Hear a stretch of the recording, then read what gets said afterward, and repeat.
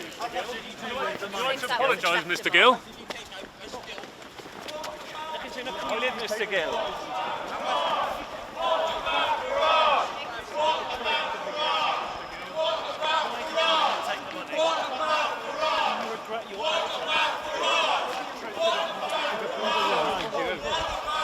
You need to go down for a long time with the treacherous rat.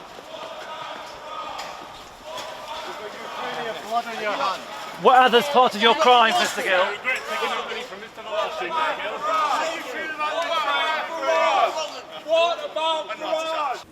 You were apprehended at Manchester Airport on the 13th of September 2021. Your mobile device was confiscated and you cooperated by providing its PIN, stating your journey to Russia was at the behest of a scientific conference in Moscow.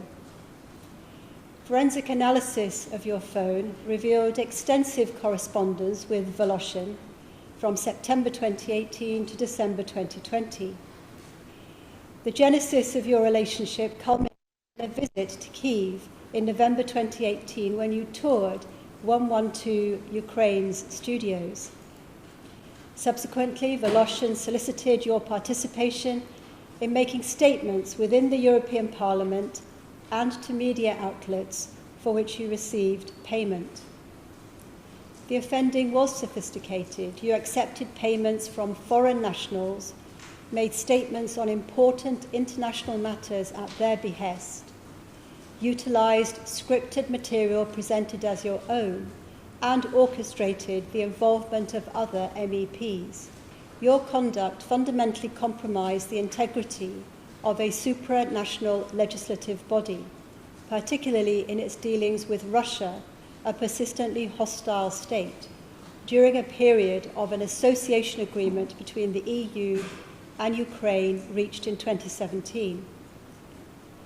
The revelation of your actions has a broad and deleterious effect on public confidence and trust in democratic institutions of importance to many dozens of millions of people. The sentence on count 2 is 5 years imprisonment. The sentence on all other counts except count 4 is 5 years concurrent.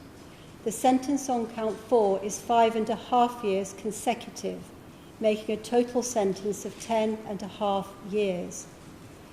Well, I've been in the Marines for 24 years, and to find out that someone has taken money from Russia, I think it's an absolute disgrace. You know, the reality is we have a war on the edge of Europe causing thousands of casualties a day, and then we find out that part of reform, an individual in reform, is taking bribes from the Russian state. And then even worse than that, years ago, Nigel Farage has mentioned that Vladimir Putin is an individual he admires. I mean, this is a time for serious government. We've got serious risks to the country. We've seen the Yantar just up north of our coast just recently, and we've got to have serious politics. I think this case is very serious, and that would have been reflected in the sentence that we've now seen. And the seriousness of this is that what you've got is a elected official from the UK in the European Parliament who is agreeing to take money to make statements and ask questions on behalf of a foreign government. And these are very serious offences that really go to the heart of our democracy.